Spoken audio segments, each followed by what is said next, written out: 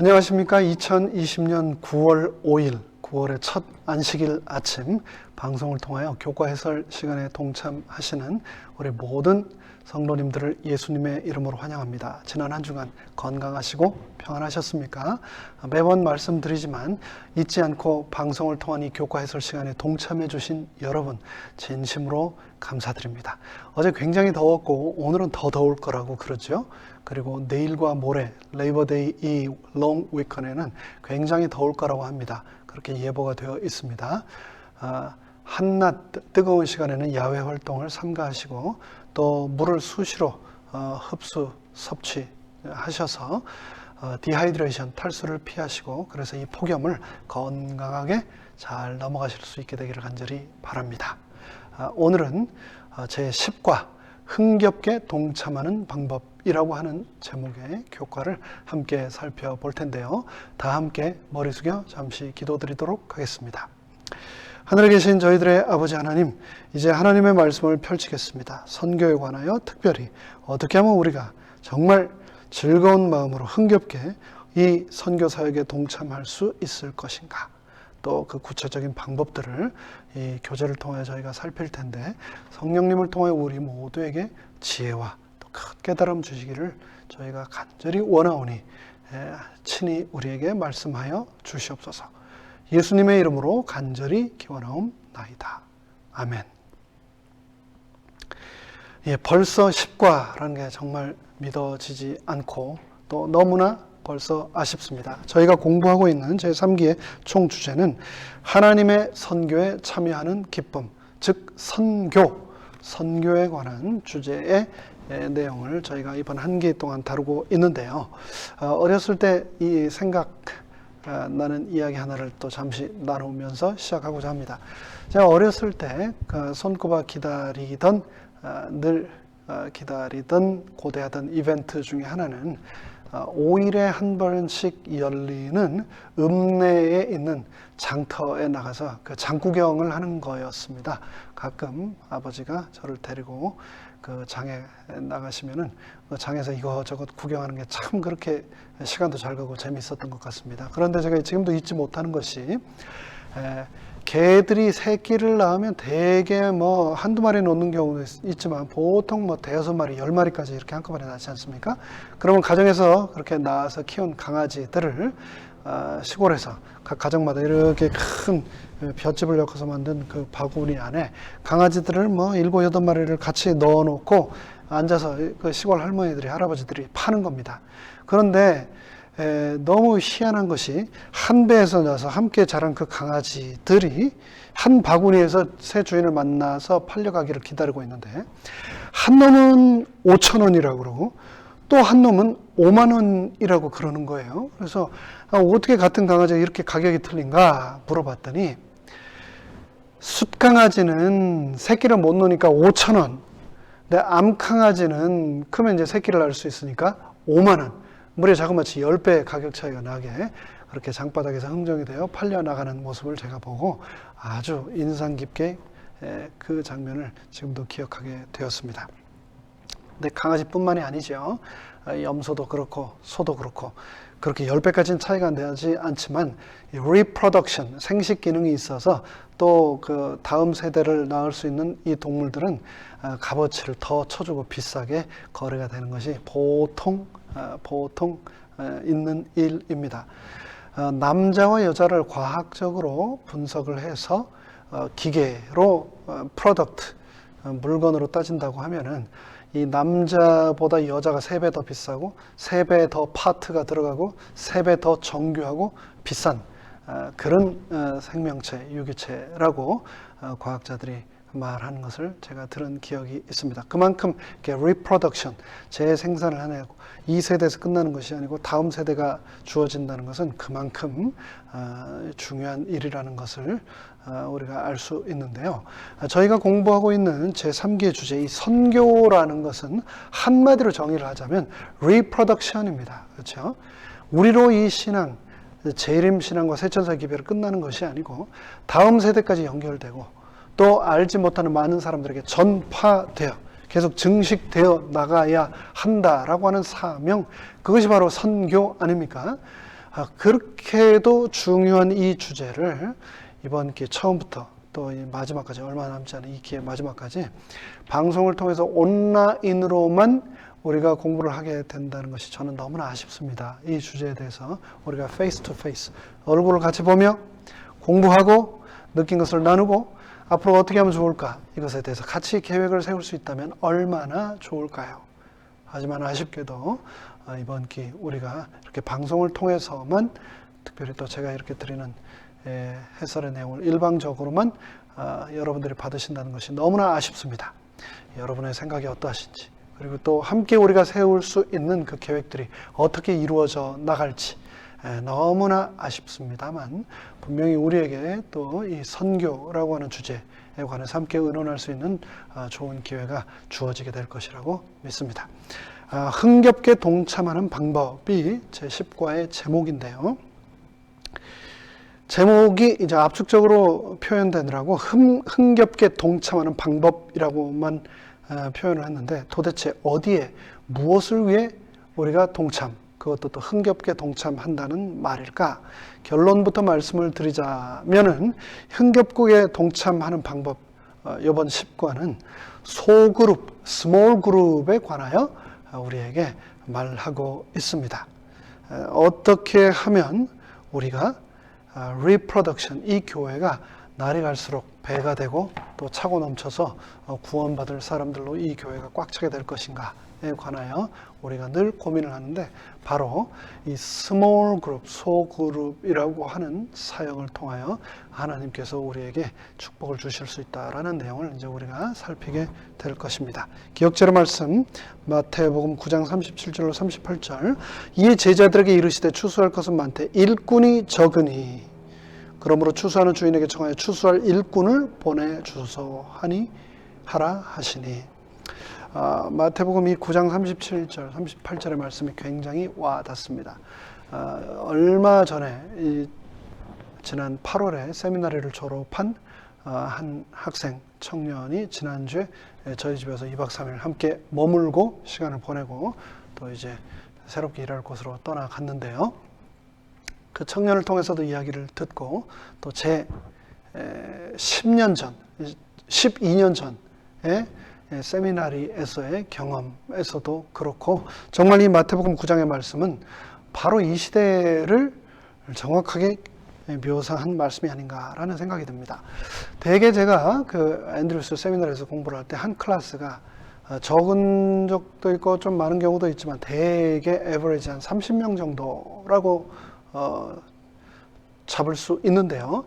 그 30명으로 이루어진 그 학급에 3분의 1이 당시 한국에서 온 신학생, 신학교를 막 졸업한 젊은 학생들이나 목회를 하다 온 목회자들이었고, 3분의 1이 South America, 남미에서 온 그런 세미나리 학생들이었고, 3분의 1은 아프리카에서 온 학생들이었습니다. 그렇게 30명이 3분의 1, 3분의 1, 3분의 1 하고 나면은 정말 이 미국 본토에 있는 백인 세미나리 학생은 그 30명 학급에 한 명이 있을까 말까 그랬습니다. 벌써 그랬습니다. 그래서 매년 1년에 한 번 미국 50개 주의 합회장님과 총무부장님들이 앤드루스에 직접 오셔서 컨퍼런스를 하면서 자기 합회에 있는 교회들의 사역할 젊은 목사들을 이렇게 리크루팅을 하기 위해 오시는데, 이 50개가 넘는 합회에서 오신 합회장님들이 그렇게 리크루팅하고 이렇게 인터뷰를 하는데 백인 학생이 거의 없었습니다. 거의 손꼽아 질 정도로 그렇게 지원자가 없었던 것을 제가 지금도 기억합니다. 12년 전이 그랬으니 지금은 얼마나 그것이 심하겠습니까? 우리가 기도해야 되겠죠. 머지않아 이 미국도 어쩌면 일본이나 유럽처럼 신학을 공부하고 이 교회를 평생 나시린처럼 구별되어 섬기겠다라고 하는 이 캔디데이트 신학생 자체가 없어질 수도 있다는 그런 위기감을 저는 느꼈습니다. 그런 일이 일어나지 않기를 바랍니다. 마태복음 9장은 일꾼이 적고 그래서 추수한 일꾼을 보내주소서라고 이렇게 절규하고 있는 내용이 등장을 하고 있는데, 정말 그렇습니다. 이 마지막 세상, 우리가 살아가고 있는 이 2020년 이 세상은 일꾼이 필요한 시대입니다. 추수가 눈앞에 이른 그런 시대입니다. 그런데 여러분 그런 말 들어보셨죠? 140쪽에서 말하면 처음 시작하는 첫 말이 숫자에는 힘이 있다라고 말을 하고 있는데 정말 그렇습니다. 숫자 자체가 굉장한 힘을 갖게 됩니다. 우리가 비가 오면은 처마에서 떨어지는 한 방울 한 방울, 그 낙숫물, 그 아무것도 아닌 것 같죠. 그런데 그 물이 모이고 시간이라고 하는 그 힘의 누적을 받으면 결국 그 대리석을 뚫지 않습니까? 낙숫물이 대리석을 뚫지 않습니까? 그것처럼 이 숫자에는 정말 우리가 생각하는 것보다 훨씬 큰 어마어마한 큰 힘을 가지고 있다라는 것을 우리는 생활을 통해서 정말 수없이 경험을 합니다. 교과의 서론에서 말하는 것처럼 특별히 이 숫자에서는 그룹으로 운동할 때 많은 사람들이 더 큰 동기를 부여받는다라고 했는데요. 지금 팬데믹으로 인해서 셧다운 조치로 인해서 모든 인도어 짐들이 다 클로즈 됐습니다. LA 피트니스, 피트니스 24 모든 짐들이 다 클로즈 됐죠. 그런데 생존하기 위해서 그들이 정말 처절하게 노력을 하고 있는데 그 중에 하나가 뭐냐면은 실내에서 못하니까 실외에서 저희 교회도 마찬가지죠. 실내 페이스 투 페이스 대면 예배를 못하게 하니까 지금 교회 밖에 잔디밭에서 우리가 정원 기도회 가든 프레이어 미팅을 하고 있는 것처럼 이 짐들도 피트니스들도 안에서 못하게 하니까 그 짐 밖에 잔디밭에서 강사들이 오는 멤버들을 데리고 그 밖에서 막 운동하는 모습을 차를 타고 지나가다 보면은 우리가 많이 보게 됩니다. 그 광경을 보면 날도 더운데 그냥 집에서 시원하게 에어컨 켜고 혼자 운동하면 되지. 굳이 저렇게 더운데 저렇게 여기까지 기름 떼고 와서 잔디밭에서 저렇게 길가 먼지 먹으면서 같이 운동해야 되나라는 생각을 하는데 실제로 그렇습니다.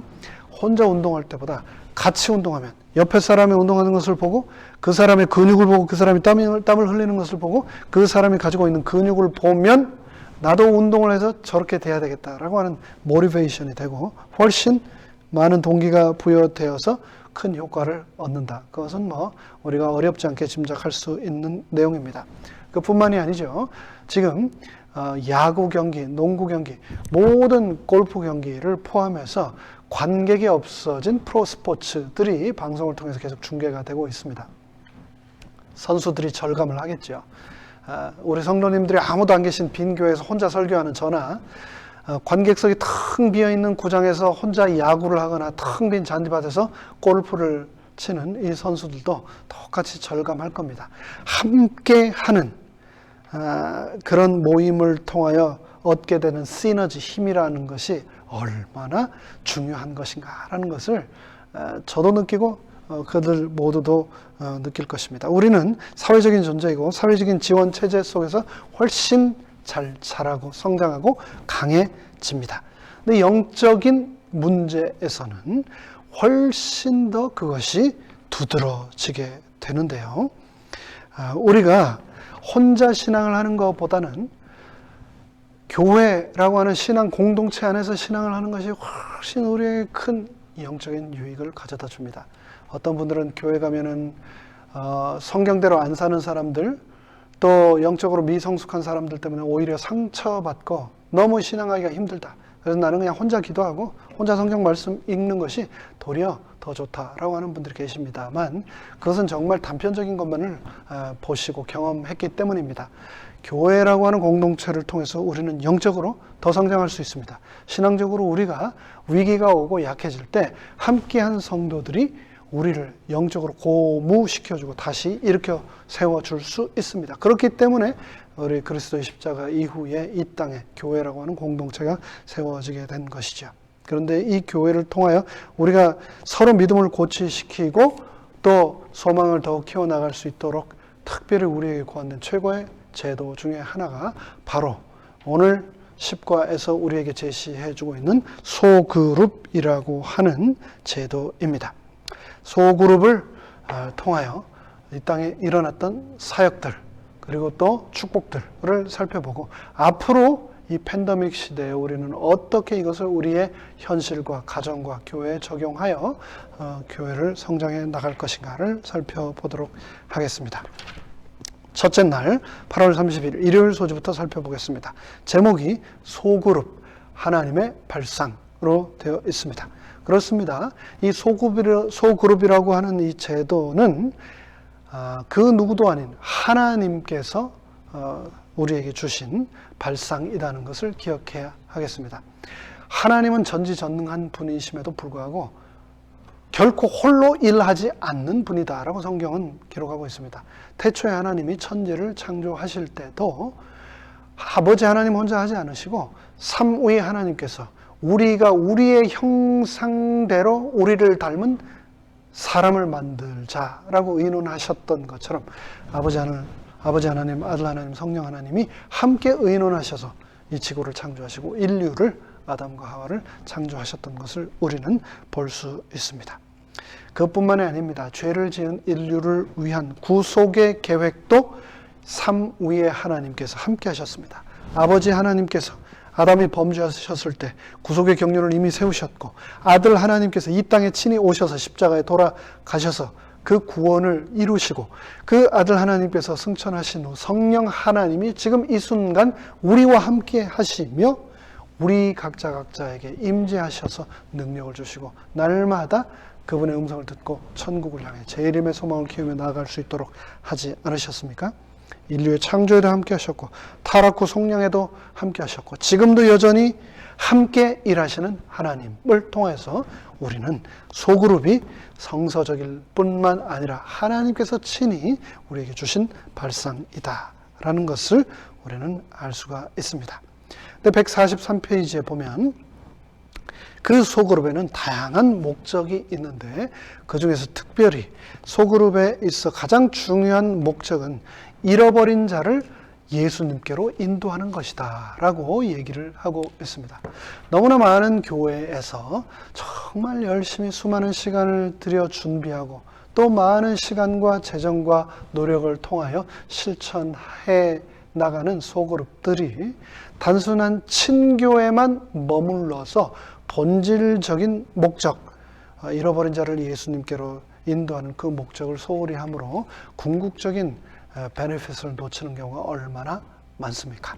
우리가 이 소그룹의 다양한 여러 목적들, 소그룹을 통해서 서로를 알게 되는 것, 그리고 소그룹을 통하여 실질적인 직접적인 바로 당장의 여러 가지 필요를 서로 간에 채우는 것, 그것도 정말 중요한 것이지만 궁극적인 목표는 영혼을 구원하는 것이다 라는 것을 우리가 기억하고 그 목적에 충실하도록 우리가 이 소그룹을 계획하고 구상하고 준비하고 또 실천해 나가야 되겠습니다. 둘째 날 월요일 소재는 성경에 등장하는 소그룹들이라고 하는 제목으로 실질적으로 성경에 등장한 여러 예들을 우리에게 보여주고 있습니다. 대표적인 것이 바로 출애굽기 18장에 등장하는 모세를 통하여서 실천되었던 소그룹, 바로 천부장, 백부장, 50부장, 10부장의 예를 우리가 보게 됩니다. 이 출애굽기 18장 24절을 보면 다음과 같이 말씀하고 있죠. 이에 모세가 자기 장인의 말, 자기 장인 이드로의 말을 듣고 그 모든 말대로 하여 모세가 이스라엘 무리 중에서 능력 있는 사람, 이 능력 있다라고 하는 표현을 개역 한글판에서는 재덕이 겸전한 자라고 했습니다. 단순하게 재능만 있고 재력만 있는 사람이 아니라 덕이 있어서 모든 사람들로부터 칭찬과 존경을 받는 그런 사람들을 택하여 그들을 백성의 우두머리, 즉 천부장, 백부장, 50부장, 10부장으로 삼았다라고 얘기를 하고 있습니다. 한마디로 모세가 가지고 있던 모든 권한을 천부장과 백부장과 50부장과 10부장들과 나누었다라는 것을 우리가 알 수 있는데요.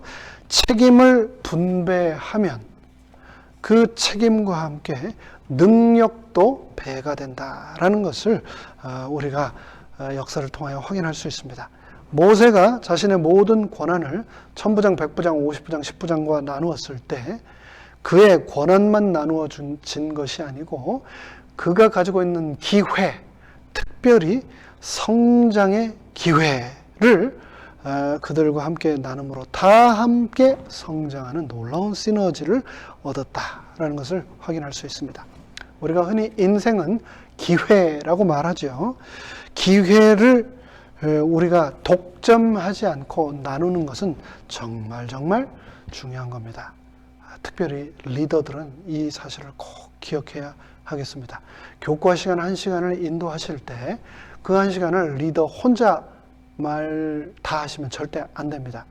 그 시간이라고 하는 기회를 반원들과 함께 나누셔서 한 분도 빠짐없이 자신의 생각을 표현할 수 있도록 기회를 주시는 것, 그거 정말 중요합니다. 모세가 자신의 사법적인 그 권한을 1000부장, 100부장, 50부장, 10부장과 나누었던 것처럼 리더들은 자신이 가지고 있는 그 기회를, 책임과 함께 그 기회를 꼭 나누어야 하겠습니다. 그런 면에서 참 아쉬운 것은 팬데믹 이후에 모든 교회의 순서를, 특별히 금요일 저녁 말씀, 또 안식일 대예배 말씀 뿐만 아니라 이 교과를 인도하는 시간까지 제가 다 독점하고 있다는 것, 그것이 너무나 저는 안타깝고 죄송한 마음입니다. 이거는 정말 저에게는 너무나 큰 특권이거든요. 너무나 제가 누릴 수 있는 최고의 영광입니다. 그럼에도 불구하고 인생은 기회라고 말씀드린 것처럼 이것을 우리가 나누면, 우리 장로님들, 집사님들, 또 원하시는 분들이 계시다면 재덕이 겸손한 분들께서 이 기회를 함께 나누어 주신다면 우리 모두에게 큰 축복이 될 것을 저는 분명히 믿고 확신을 합니다. 그럴 때가 또 오리라 생각합니다. 이스라엘 진영에 경건한 지도자들이 10사람씩 그룹으로 나누어서 그 기회를 문제 해결의 공간뿐만 아니라 문제를 예방하고 또 친교하고 그들이 함께 세운 비전을 나누고 공유하고 발전해 나갈 수 있는 정말 특별한 축복의 모임으로 성장시켜 나갔던 것처럼 우리도 그런 소그룹을 할 수 있게 되기를 간절히 바랍니다. 실질적인 그러한 소그룹, 우리가 교회에서 할 수 있는 소그룹은 여러 가지 방법이 있겠지만 특별히 우리 김진달 장로님께서 저희 교회에 계신 우리 현직 장로님, 여러 현직 장로님들, 장로님 한 분 한 분마다 연락하고 수시로 안부 묻고 또 영적인, 특별히 신앙적인 공감과 유대를 함께 할 수 있는 그런 성도님들을 이렇게 그룹핑을 해주셨습니다. 그래서 우리 현직 장로님들께서 자신에게 속한 성도님들에게 수시로 전화하시고 안부하시고 전화로 함께 기도하시고 영적으로 함께 시너지를 나누고 계심을 인하여 진심으로 감사드립니다. 우리 장로님들께서 그렇게 하시면서 특별한 기도와 특별한 도움이 필요한 분들을 저에게 말씀 주시면 제가 그분들에게 또 연락을 드리곤 하는데요. 우리 장로님들 맡겨지신 그 성도님들을 위하여 목숨 걸고 기도하시고 그들과 늘 연락 앞으로도 계속하게 되시기를 바랍니다. 그 옛날 모세가 만들었던 10부장 10명씩 나누었던 그 그룹들을 통해서 문제가 해결될 뿐만 아니라 잠재적인 문제들이 예방되고 그들이 친교뿐만 아니라 비전을 나누었던 것을 기억하면서 여러분들이 맡고 계신 그 10부장 그룹에서 비전과 또 놀라운 선교적 성장의 기적들이 일어나게 되기를 간절히 바랍니다. 흔히 이 성경학자들, 특별히 교회 성장학, 소그룹 학자들이 말하기를 가장 이상적인 소그룹 숫자는 6명에서 12명 사이다라고 얘기를 하고 있습니다. 모세가 세운 이 10부장 제도도 이 안에 들어가죠. 우리가 교회 안에서 모임을 할 때도 항상 이 사이즈 안에서 모든 그룹이 형성된다면 좋겠습니다. 6명에서 12명. 그래서 예수님께서도 제자를 많이 세우실 수 있음에도 불구하고 12명만 세우셨었죠. 그래서 여러분들도 영적으로 함께 공감하고 서로 기도하고 교제할 수 있는 이런 소그룹을 6명에서 12명씩 꼭 세우셔서 왕성하게 활동해 나가시기를 부탁드립니다. 소그룹은 양육뿐만 아니라 선교와 성장을 위해 존재하는데, 이 모세의 좋은 예, 그리고 또 예수님께서 하신 예, 3년 반 동안 돌아가실 때까지 예수님께서 목숨 걸고 가장 열심히 하신 것이 바로 이 소그룹 12명의 제자들을 가르치시고 양육하시는 것이었다라는 것을 우리가 볼 때 얼마나 이것이 중요한 일인가를 다시 한번 생각할 수가 있겠습니다. 셋째 날 9월 1일의 제목은 봉사를 위해 조직됨입니다. 소그룹은 봉사를 위해 조직되었습니다. 그냥 사교만을 위하여 조직된 것이 결코 아닙니다.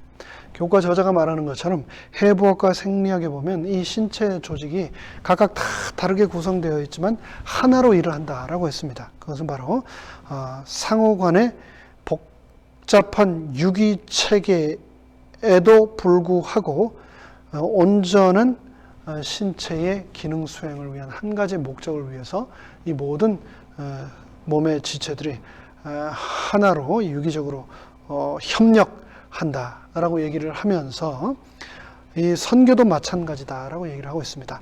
단독으로 일하는 것이 능률적인 것처럼 보이지만 결코 그것은 바람직한 방법이 아니며 성서적인 방법도 아니고 예수님께서 원하시는 방법도 아니다. 우리가 머리이신 예수 그리스도와 함께 우리가 온 몸의 지체의 일부인 것처럼 우리는 하나가 되어 선을 이루어야 한다라고 얘기를 하고 있습니다. 우리가 손이고 우리가 발이고 우리가 눈이고 우리가 귀이지만 하나가 되어 연합돼서 유기적으로 일할 때 그 한 목적을 이룰 수 있을 것이다 라고 얘기를 하고 있습니다. 넷째 날 수요일의 제목은 신약 성경에 나오는 소그룹입니다. 아까 구약 성경 출애굽기에서 나오는 대표적인 소그룹의 이해를 살펴보았는데, 이제 넷째 날 수요일 내용에서는 예수님의 모본 12제자를 3년 반 동안 양성하신 그 12명이라고 하는 소그룹의 예를 뛰어넘어 계속 되어지는 이 신약 교회 역사 안에서의 소그룹의 예들을 살펴보겠습니다.